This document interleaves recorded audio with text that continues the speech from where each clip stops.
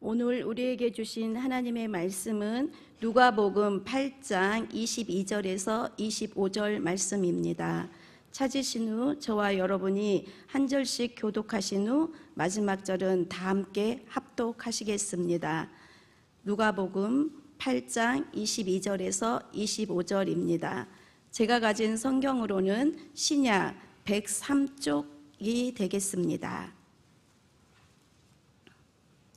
하루는 제자들과 함께 배에 오르사 그들에게 이르시되 호수 저편으로 건너가자 하심에 이에 떠나 행선할 때에 예수께서 잠이 드셨더니 마침 광풍이 호수로 내리침에 배에 물이 가득하게 되어 위태한지라. 제자들이 나와 깨워 이르되 주여 주여 우리가 죽겠나이다 한데 예수께서 잠을 깨사 바람과 물결을 꾸짖으시니 이에 그쳐 잔잔하여지더라. 제자들에게 이르시되 너희 믿음이 어디 있느냐 하시니 그들이 두려워하고 놀랍게 여겨 서로 말하되 그가 누구이기에 바람과 물을 명함에 순종하는가 하더라. 아멘. 나의 생전의 여호와를 찬양하며 나의 평생에 내 하나님을 찬송하리로다. 아멘. 하나님을 찬양하는 것, 하나님을 찬송하는 것이 어느 한 시점, 어느 한 구체적인 시기, 그것에 한정되지 않고 내 삶 전체가 하나님께 온전히 찬송됨을, 내 삶 전체가 하나님을 향한 찬양으로부터 단 한순간도 벗어나지 않음을 노래하는 참 아름다운 시편입니다. 아름다운 신앙 고백입니다. 오늘 이곳에 함께 예배하는 저희 모두의 또 예배와 또 찬양과 기도가 저렇게 생전에 평생에 찬양하며 예배하며 기도하겠다 하는 고백이 끊이지 않는 우리의 모든 삶 되시기를 간절히 축원합니다. 오늘 우리 기도하신 께서도 말씀하셨지만 그 기도 내용 중에 담임 목사님께서 원래 설교하시기로 되어 있는데 어제 늦게 올라오셨습니다. 늦게 올라오시고 몸이 피곤하셔가지고 제가 여기 있는 거 보면 아시겠죠? 네, 그렇습니다. 그래서 갑작스럽게 제가 누가복음 8장, 내일부터 다시 원래 목사님 전하시는 말씀으로 이어지고요. 누가복음 8장 22절부터 25절까지의 말씀 가지고 함께 말씀을 나눠보고자 합니다. 잠깐 신약 말씀을 같이 또 이렇게 나누고 다시 구약으로 가는 것도 괜찮죠? 예. 너무 또 구약만 하면 또 그렇습니다. 그래서 또 잠깐 신약 맛 보고 다시 구약으로 넘어가는 것도 괜찮을 것 같습니다.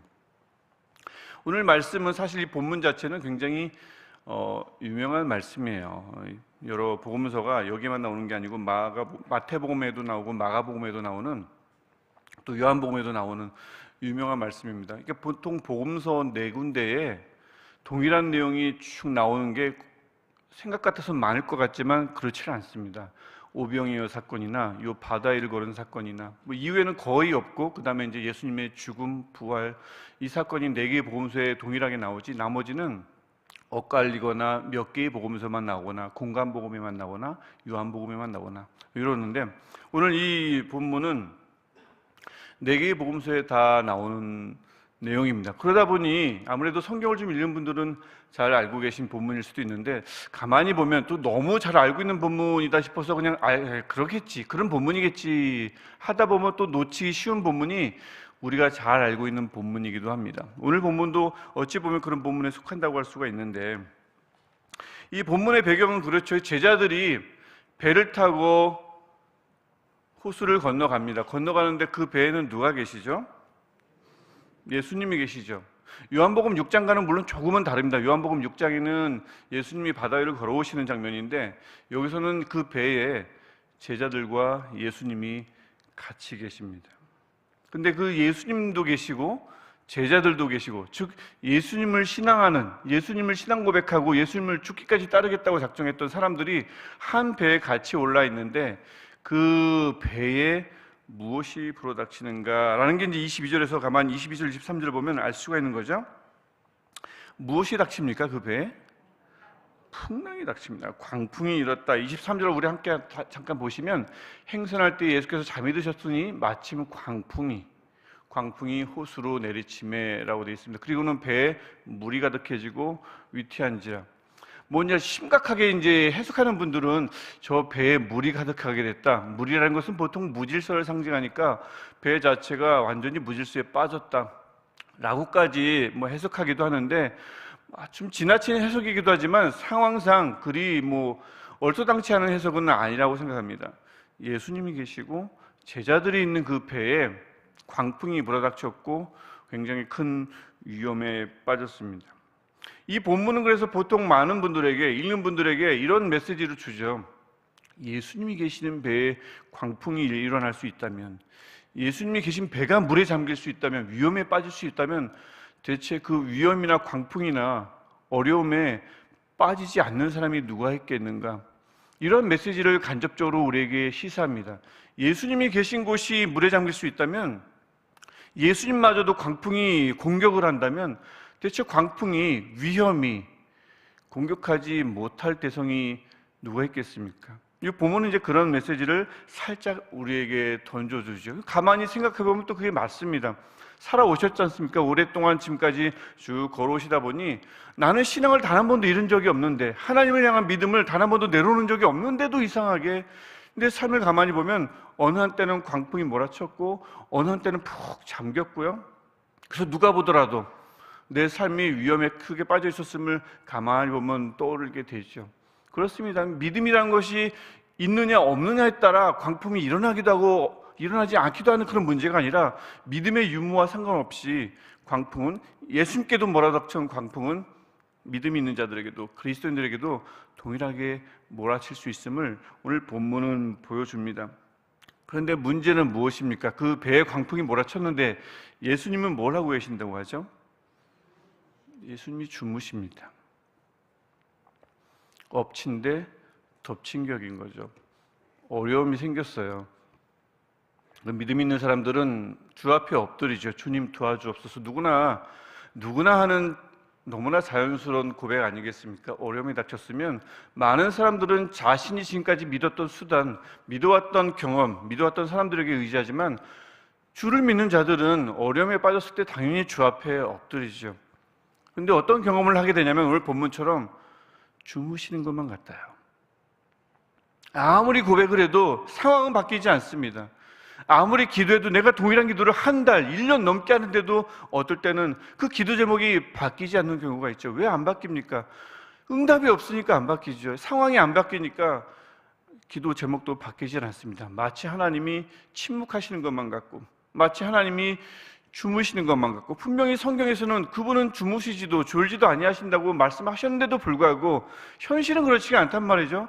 주무시는 것만 같아요. 내 기도에 응답하시지 않는 것만 같습니다. 누군가는 설교자가 나와서 응답하지 않는 것도 기도의 응답입니다. 하나님은 무응답으로 응답하십니다. 아, 그렇구나 라고는 하지만 실제 어려움에 빠지면 그게 잘 마음에 남지 않습니다. 귀향님 좀 응답하셔 주셨으면, 모든 것이 가능하신 분, 전능하신 분이 하나님이시라면 이거 별것 아닌 것 같은데, 내가 인간이 이게 해결할 수 없을 뿐이지 하나님이시라면 해결해 줄 만도 한데 침묵하시는 것 같고, 오늘 본문을 그대로 빌자면 주무시는 것만 같단 말이죠. 오늘 본문이 딱 그렇습니다. 제자들은 지금 광풍을 부닥쳤고 광풍을 맞닥뜨리고 있고 위험에 빠져 있는데 예수님만 태연하게 주무시고 계십니다.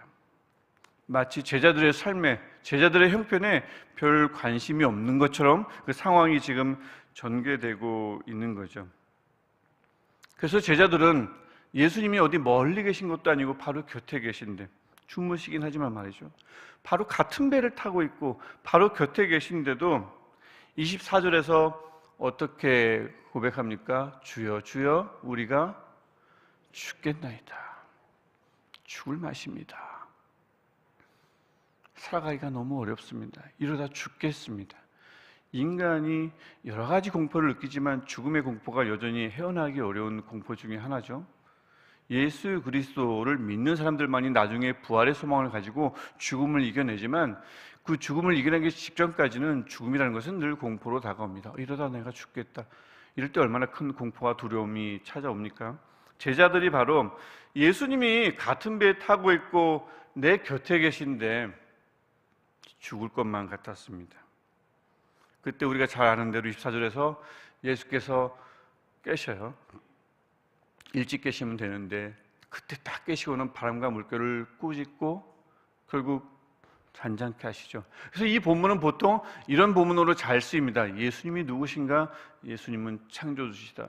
예수님은 누구신가? 물결을 잔잔케 한다. 물결은 아까도 말씀드렸던 것처럼 무질서. 무질서를 질서로 만들어 주시는 분, 역시 창조자이시다. 그분은 임마누엘, 하나님이 이 땅에 성육신하신 바로 그분이시다. 이것을 나타내는 전형적인 본문으로 말씀으로 우리가 잘 알고 있습니다. 바다 위를 걸어가시는 분, 바다를 잠잠케 하시는 분, 다 동일한 뜻을 갖고 있어요. 감히 자연을 누가 다스리겠습니까? 자연을 다스릴 수 있는 사람은 분은 창조주밖에 없음 아니겠습니까? 이 본문이 바로 그런 예수님이 그냥 하나님을 좀 열심히 섬기는 하나님의 아들쯤으로 생각했지만 가만히 보니 자연을 다스릴 수도 있는 창조주임을 이런 본문을 통해서도 보여주긴 합니다. 그래서 대부분은 이제 초점이 광풍이 불어도 예수께서는 그 자연마저도 다스리시는 분, 예수님은 창조주, 이 본문에 맞춰주기 쉬운데 표면적으로는 그렇지만 사실 이러한 본문들 있지 않습니까? 기적이 일어나는 본문들, 이제 앞으로 성경 계속 지금 읽어나가시고 계신데 제가 다른 본문은 잘 모르겠습니다만 복음서에 기적 사건이 많이 일어나잖아요. 그 막 보시면 놀라운 일들이 막 일어나죠. 물이 포도주가 됐대. 막 이런 것들 많이 일어납니다. 그러다 보면 거기에 초점을 맞추면서 하나님, 이런 기적도 내 삶 속에서 일어나게 해주십시오. 누군가는 일상의 기적이라고 하지만 밋밋합니다. 별로 피부에 와닿지 않습니다. 어려운 문제를 해결해 주시는 기적이 내 삶에도 좀 일어나게 해주십시오. 그런 마음을 가지고 본문을 읽게 되는데 그것도 좋습니다만 어려움에 닥쳤을 때 문제로부터 벗어나는 것이 얼마나 필요해요. 그것도 좋습니다만 복음서에 나오는 기적적인 본문을 읽을 때는 반드시 제일 마지막 구절을 꼭 신경 써 주십시오. 그게 복음서에 나오는 기적 본문을 읽는 대표적인 방법입니다. 기적적인 사건이 기록된 본문을 읽을 땐 가장 마지막 절에 주목하라. 이게 복음서에 나오는 기적 본문을 읽는 해석학적 아주 이 방법 중에 기본 원칙입니다. 그래서 오늘 본문도 보면 하나님이 성육신하신 예수님이 풍랑을 잠잠케 했다. 제자들을 안전하게 만들었다. 죽을 것만 같았는데 그들의 죽음으로부터 삶의 소망으로 다시 옮겨 놓았다. 이것에 초점을 두기 쉽지만 가만히 마지막 절을 보십시오. 25절 우리 마지막 절 우리 함께 읽어보겠습니다. 너희 믿음이 어디 있느냐 하시니 그들이 두려워하고 놀랍게 여겨 서로 말하되 그가 누구이기에 바람과 물을 명함에 순종하는가 하더라. 아멘. 예수님이 제자들에게, 이제 잠이 깨신 예수님이 제자들에게 뭐라 말씀하십니까? 너희 믿음이 어디 있느냐. 보통 예수님과 제자들과의 관계를 잘 생각해 보면 예수님 보통 이렇게 막연하게 말씀하시는 분이 아니라 우선은 두려워하지 말라. 이게 보통 공식과 같은 반응이거든요. 근데 오늘 본문은 그렇게 나오질 않습니다. 너희 믿음이 어디 있느냐, 믿음을 찾죠. 이 질문은 가만히 보면 너 믿음이 어디 갔어? 왜 믿음이 없어? 둘 중에 하나인데요. 보통은 이제 믿음이 없어로 이해하는 본문이기도 합니다. 너희 믿음이 왜 없느냐? 믿음이 있으면 이길 텐데, 그 의미로 생각할 수도 있지만 가만히 보면 그런 의미가 아니라 너희 믿음을 어디에 두었느냐라는 겁니다. 믿음이 없다라는 말씀이 아니라 분명히 믿음을 주었는데, 그 값진 선물의 믿음을 너희들에게 주었는데 그 믿음을 지금 어디에 두었느냐? 믿음을 어디에 두었길래 내가 곁에 있고 같은 배에 타고 있는데 그 믿음을 어디에 두었길래 죽겠나이다 하느냐 말이죠. 이 본문은 그래서 그러한 믿음의 없음을 말하는 꾸짖는 예수님이 아니라 소유하고 있는 믿음을 제대로 쓰지 못하고 있는 제자들을 가만히 보며 한탄하시는, 책망하시는 예수님의 말씀입니다. 예수께서 믿음을 우리들에게, 또 제자들에게, 당시 제자들에게 주셨던 것은, 선물로 주셨던 것은 그 믿음을 가지고 어떤 환경이 내게 닥친다더라도 믿음으로 환경을 지배하고 믿음으로 환경을 극복하라고 주신 것이거든요. 그게 믿음의 주 목적입니다. 믿음 가지고 많은 것들을 극복하고 이겨내라고, 이미 승리하신 예수님을 따라 그 승리의 맛을 미리 좀 맛보라고 주신 것이 믿음인데, 이 믿음이 역으로 믿음이 환경을 지배하게끔 만드는 것을 역으로 환경이 믿음을 지배하게끔 만들어버린 거거든요. 어마어마한 무기를 제자들에게 허락했는데 그 무기를 가만히 가지고 있으면서도 아주 초등학생 같은 여리여리한 적이 왔는데도 그 무기는 여기다 찬 채 큰 칼로 비유할까요? 큰 칼을 찬 채 초등학생만도 못한 아주 약한 적이 다가올 때 하나님 죽겠나이다. 장면은 지금 이런 장면입니다. 또 다른 비유가 또 있습니다. 큰 옆에 어마어마한 큰 눈물이 있고 언제든 길어서 마실 수 있는 물이 있는데요. 어떤 물요? 이런 물처럼 말이죠. 목이 말라서요. 원래 좀 이렇게 이 연세가 이제 좀 되신 목사님들, 경험이 많으신 분들은 이렇게 설교하시다가도 목이 마르면 바로 이렇게 탁 이렇게 마시더라고요. 근데 저는 아직까지 그게 잘 안 되더라고요. 그래서 이렇게 핑계 대가지고 운물이 있는데, 큰 운물이 있는데 그 운물 곁에서 주님 뭐라고 고백하는 것과 비슷하겠어요? 목마릅니다. 목마릅니다.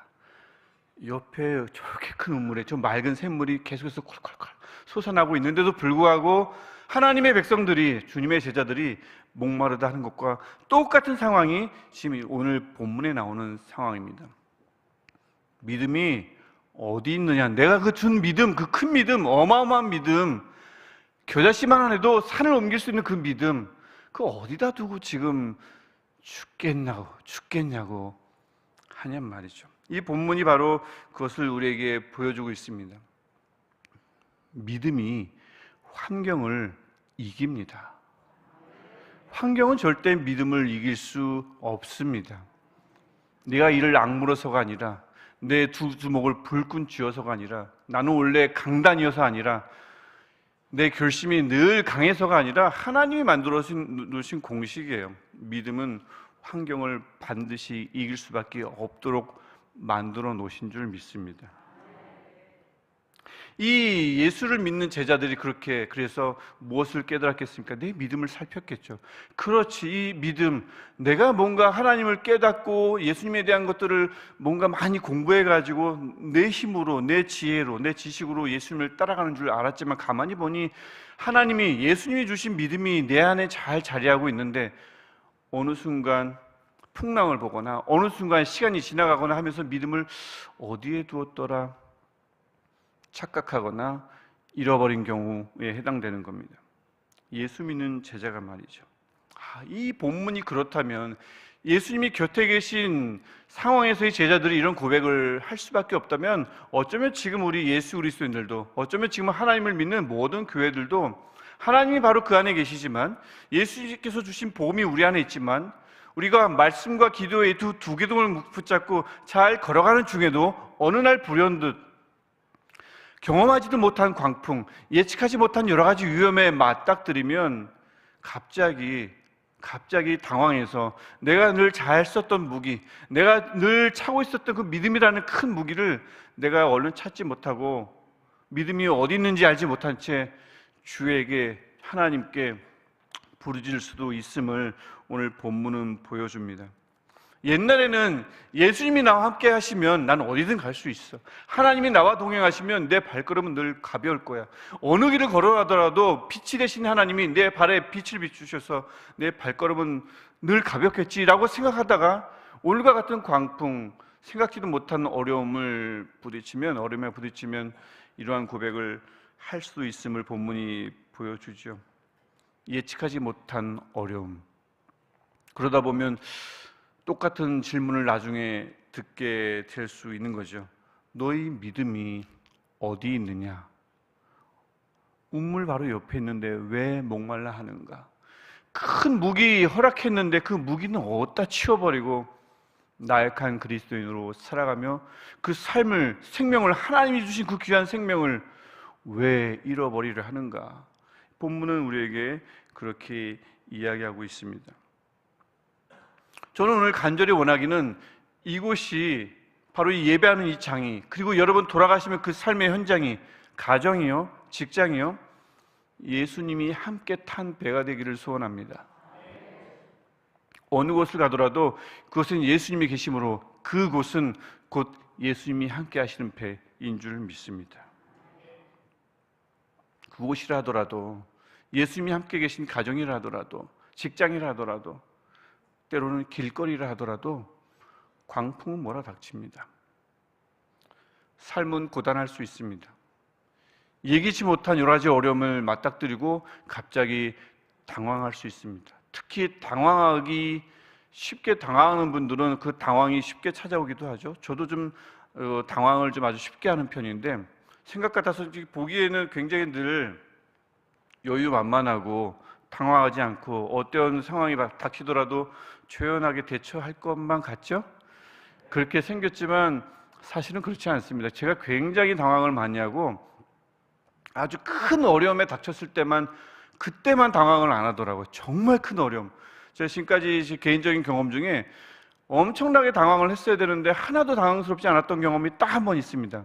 그게 어디냐면 저 관악구청 앞에서, 지금도 기억나는데, 관악구청 앞에서 비가 막 내리는 날 운전을 하고 가는데 신호가 막 노란불로 바뀔 것만 같아요. 왠지 그래요. 그래서 거기를 얼른 빨리 지나가겠다고 지나가려고 하는데 앞차가 좌회전을 했습니다.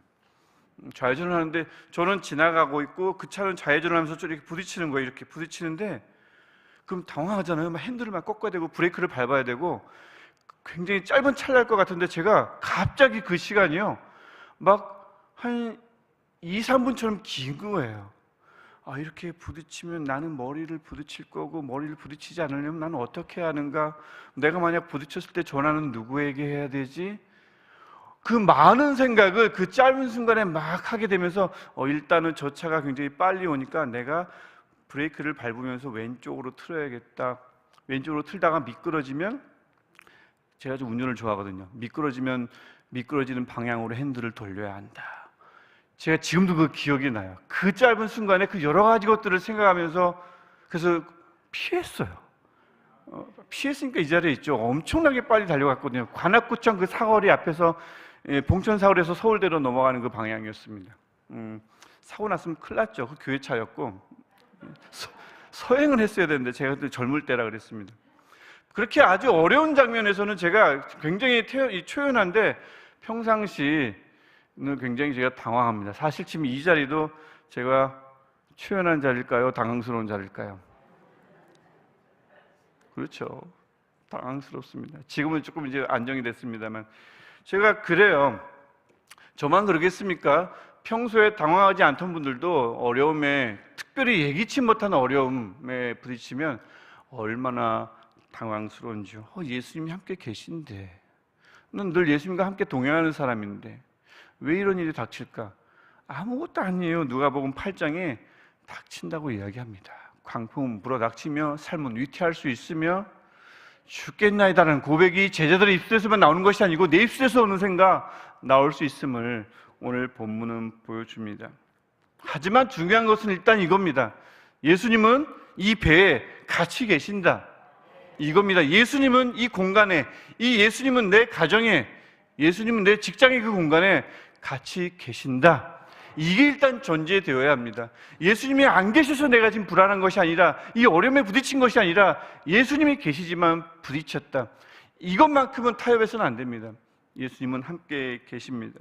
위협적인 요소는 언제든지 다가올 수 있습니다. 그리고 때로는 이 본문에 나오는 것처럼 예수님은 침묵하시는 것만 같을 수 있습니다.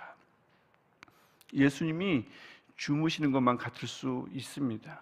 오늘 예배하러 기도하러 나오신 분들, 기도하고 돌아가실 때 오늘도 어쩌면 옛날 어느 때처럼 오늘은 기도했는데 좀 밋밋하네, 오늘은 별로 속이 후련하지 않네, 뭐 이렇게, 그런 분이 한 번도 안 계시기를 소원하지만 그러실 수도 있는 겁니다. 마치 예수님이 주무시는 것만 같은 상황에 언제든 맞닥뜨릴 수 있는 겁니다. 그럴 때 예수께서 말씀하시는 음성이 2000년 전뿐만 아니라 우리 마음에, 우리 귀에 꼭 들렸으면 좋겠습니다. 어떤 질문이요? 너희 믿음이 어디 있느냐? 믿음이 없어라는 꾸짖음이 아닙니다. 내가 선물로 준 그 어마어마한 믿음, 산을 옮길 수 있는 그 믿음, 요만해도 산을 옮길 수 있는 믿음 어디 있느냐 물으실 때에 저는 믿음이 없어요가 아니라 그렇지, 내 믿음 바로 곁에 있지, 내 믿음, 지금까지 나를 붙들었던 그 믿음 내 안에 있지, 얼른 찾는 저와 여러분 되시기를 축원합니다. 앞으로 어떤 태풍이 또 올지 몰라요. 앞으로 또 어떤 풍랑에 맞닥뜨릴지 모릅니다. 그때마다 주님 우리에게 말씀하여 주옵소서.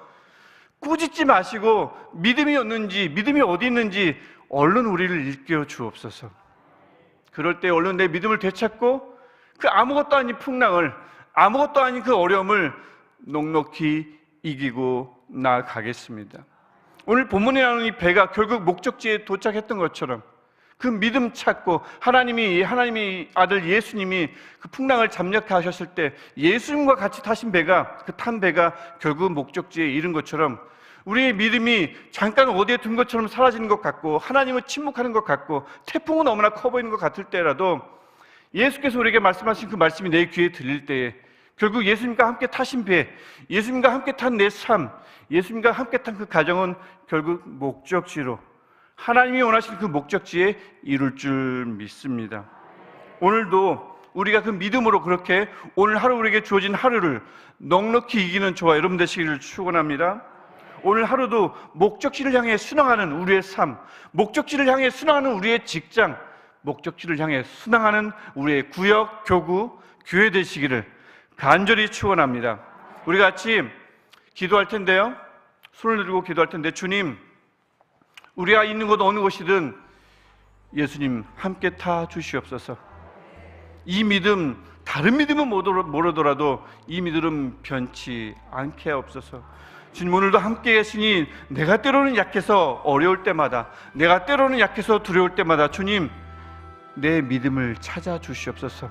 내 눈을 뜨게 하셔서 내가 꼭 쥐고 있는 믿음, 내가 차고 있는 믿음 얼른 발견하고 그 믿음 가지고 오늘 하루도 승리하는 내가 되게 하옵소서. 오늘 이 믿음 가지고 주님의 이름을 세 번 부르고 함께 기도하겠습니다. 주여, 주여, 주여. 주님, 오늘 우리에게 믿음을 주시고 우리에게 같은 믿음을 허락하시니 주님, 오늘 이 삶이, 우리의 생각이, 우리의 가정이 주님이 함께 하신 그 은혜, 우리 모든 것들이 온전히 하나님께 맡겨지면 돼. 하나님의 능력이 온전히 지배하는 배 되게 없어서. 살아가는 것이 어렵고 살다 보면 누군가를 만나고 그 만남이 때로는 우리에게 방해가 되고 우리의 장애물이 되고 우리의 마음을 힘들게 하며 우리의 생각을 어렵게 하여 삶을 고단하게 만들 때가 있지만 주님